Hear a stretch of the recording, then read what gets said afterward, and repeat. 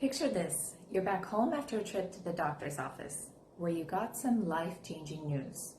Deep down, you know things need to change. The doctor handed you a piece of paper filled with advice about how to live and eat better.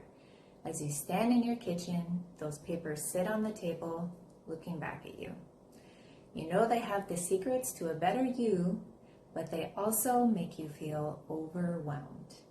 In your head, there are so many voices saying, do this, or this is the only right way, and it's making you super stressed. You've tried all kinds of diets before, but you're still struggling.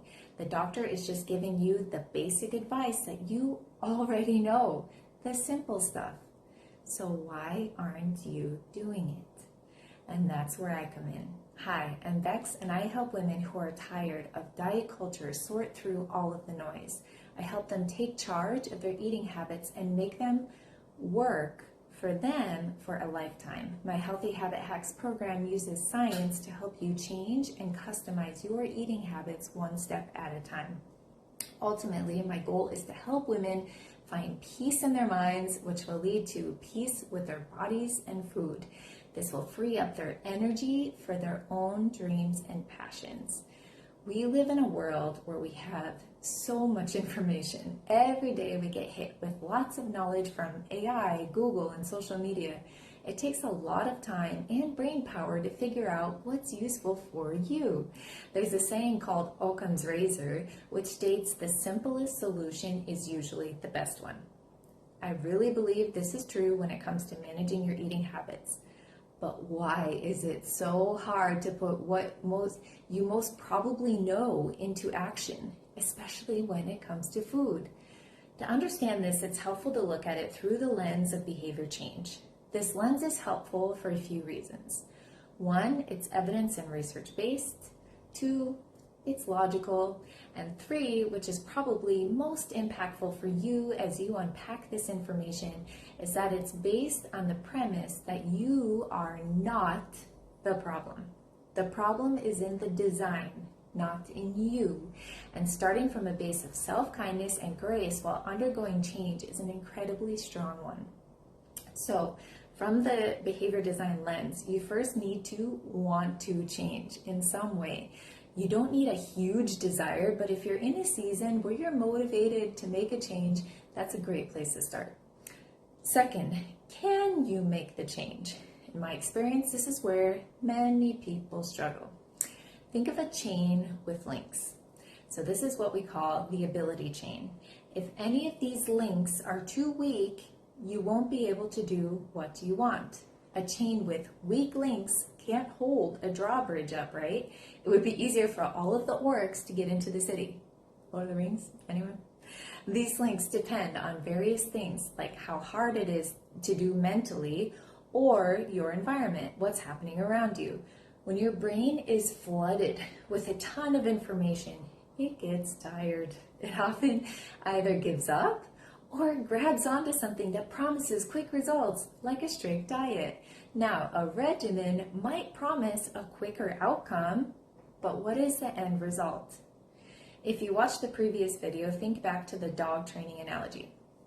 If you want your dog to do something for the long term, is it more effective to beat him into submission or to train him with effective training strategies?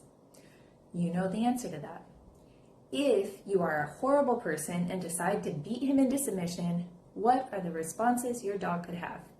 He will either bite you, as he probably should, or he'll do what you want him to do right away, but then be a sad, terrified shell of a thing for a long time afterwards. And I see that in one of my dogs, Gunther. He came to me severely traumatized and physically neglected in January, and he is still recovering. He has come a long way, but he still has a lot of progress to make, the poor thing.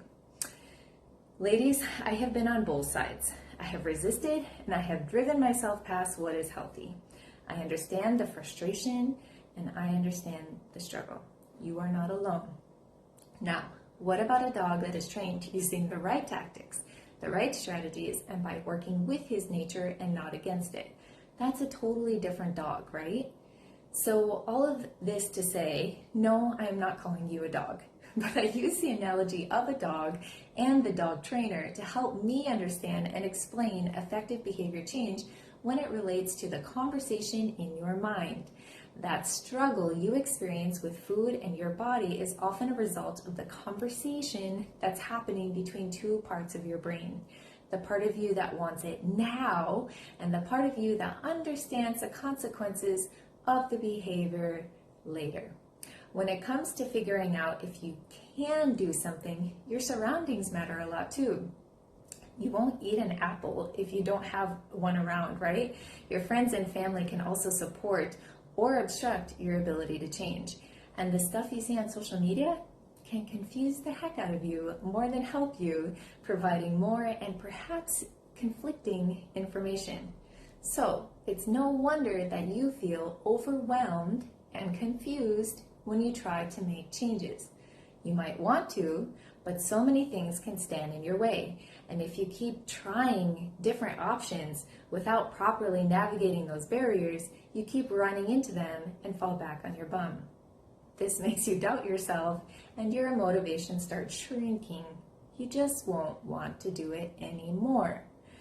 But what if I told you there's a smart way to break it all down? What if you could take all that knowledge and turn it into simple action steps? What if you could create tools that help you build those steps to fit into the framework of your unique life? These steps and tools might seem almost silly because they're small and mostly common sense. But when you do them over and over, they have the ability to change your life. And that is what I call working smarter, not harder, to get where you want to go. If you walk on one path in the general direction of where you want to go, then you will get a lot farther than if you walk 10 steps on 10 different paths leading 10 different directions. And definitely a lot farther than if you choose not to walk at all. You have a choice, and that's pretty awesome. I want to make it clear that in these videos, I'm explaining the ideas behind the program and my coaching philosophy. When you really think about it, it's all common sense. Even the nutrition information that I provide. I actually had a registered dietitian in the US verify all of the nutrition material for me because I wanted to make sure that, extra sure, that everything I'm covering is relevant and evidence-based. Sometimes we need to keep things simple so that we can act. Action brings clarity, and then clarity can bring peace of mind. You are amazing. You are heading in the right direction. Keep putting one foot in front of the other and enjoy the journey along the way. There are a lot of beautiful things to see out there. So that's a wrap for today. I hope you found this video insightful. If you have any insights to share, please feel free to comment below, ask me questions, send me an email. And if you found this video interesting, a like and a subscription will be greatly appreciated. Apparently, it helps other like-minded individuals discover this channel. So thanks so much for tuning in. Have a great one.